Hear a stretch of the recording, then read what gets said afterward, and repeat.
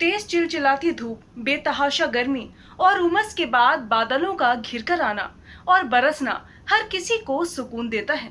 लेकिन गोरखपुर वालों के साथ ऐसा बिल्कुल नहीं है। अगर यहाँ तेज गर्मी के बाद बारिश होती है तो वो परेशानी लेकर आती है, क्योंकि यहाँ इतना जल भराव हो जाता है कि लोगों का जीना मुश्किल हो जाता है। थोड़ी ही बारिश में आप अंदाजा नहीं लगा पाएंगे कि यहाँ बारिश हुई थी या फिर बाढ़ आई थी। गोरखपुर के कुछ इलाकों की बदहाली पर पेश है ये रिपोर्ट।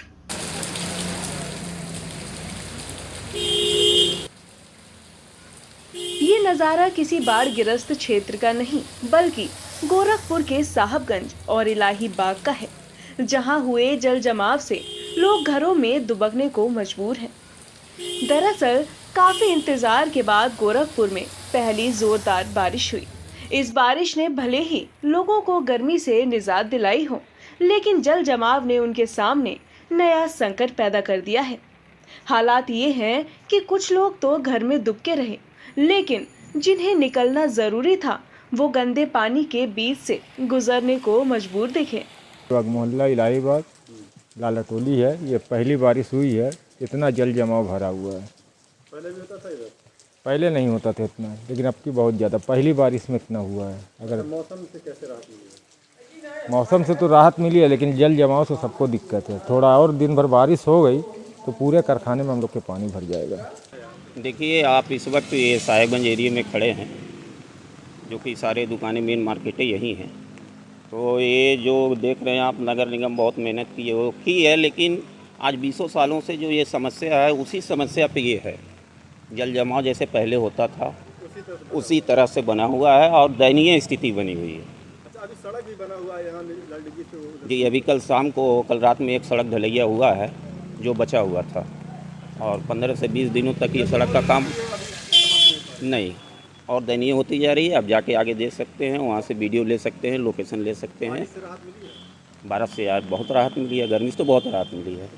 ये हाल केवल इन्हीं दो क्षेत्रों का नहीं है, यही हाल शहर के ज्यादातर इलाकों का है।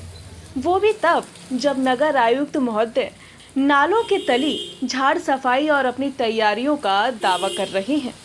उनकी माने तो हमने मानसून से पहले ही जल जमाव से बचाव की सारी तैयारी कर ली है, लेकिन तैयारी कितने युद्ध स्तर तक की थी ये तो हम अपनी स्क्रीन पर देख ही रहे हैं।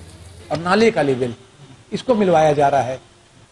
तो ये खास तौर से जो हमारा मेडिकल कॉलेज का जो बने हुए नाले के दोनों तरफ बनी हुई कॉलोनियां हैं, देवरिया रोड पर जो हमारी बनी हुई कॉलोनियां हैं, सिंघड़िया, खोराबार, खाले टोला, प्रज्ञापुरम, आदर्श नगर, इसके लिए भी वहाँ नाला हमारा करीब करीब जो है वो मतलब कंप्लीट हो चुका है।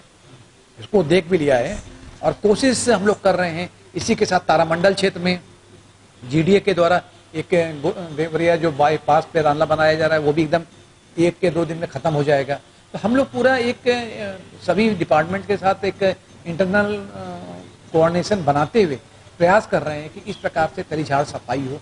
हमारा जो टोटल नगर निगम के 257 नालों का हम लोग प्रथम चरण जो 15 जून तक पूरा कर चुके हैं इस पर। लेकिन एक जो दिक्कत अभी आपने भी कही कि जो कई नालों को हम लोगों ने तली झाड़ से निकाल पूरा साफ कर दिया है, लेकिन बड़ी संख्या में ये भी देखने में आता है, बड़ी मात्रा में जो आम जनमानस है उन्हीं नालों में अपना कूड़ा फेंक देते हैं, प्लास्टिक की बोतल्स डाल देते हैं। तो फिर से ऊपर से देखने में ऐसा लगता है कि नालों की हम अब 15 जून के बाद जो सेकंड फेज का फिर से एक बार चला रहे हैं कि जहाँ जहाँ से हमारे पार्षद साथीगण, हमारे आवाम के लोग, हमारे जो जन सामान्य के लोग जो इन चीज़ों को जहाँ जहाँ सूचना आ रही है, हम लोग युद्ध स्तर पर काम कर रहे हैं। और इस बार पहली बार हम लोगों ने गोरखपुर में बाहर से अन्य जनपदों से बड़ी वाली पोकलेन मशीन किराए पे मंगाई। आपने देखा था गोरदैया नाले का जो तली झाड़ सफाई हुई, जिसका कि निरीक्षण कितनी गंभीरता से ले रहा है शासन कि माननीय मुख्यमंत्री जी ने खुद मौके पे आके उसकी सफाई देखी, मुख्य सचिव महोदय ने आके उसकी सफाई देखी और लगातार उस पर काम चल रहा है।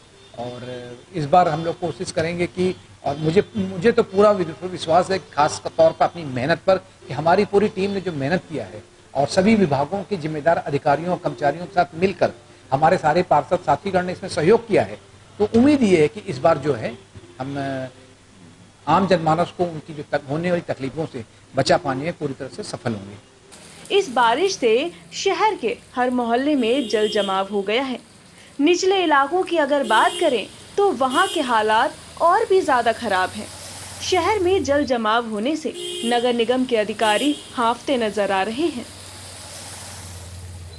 फिलहाल ये हाल तो तब है जब मुख्यमंत्री योगी आदित्यनाथ ने खुद गोरखपुर दौरे के दौरान बैठक कर अधिकारियों को जल जमाव न होने की चेतावनी दी थी। ऐसे में सवाल ये उठता है कि पहली ही मानसून की बारिश में अगर ये हाल है तो पूरा मानसून अभी बचा हुआ है, नगर निगम इससे कैसे निपटेगा और जल जमाव से लोगों को कैसे बचाएगा। कैमरा सहयोगी संतोष के साथ पंकज श्रीवास्तव, गोरखपुर।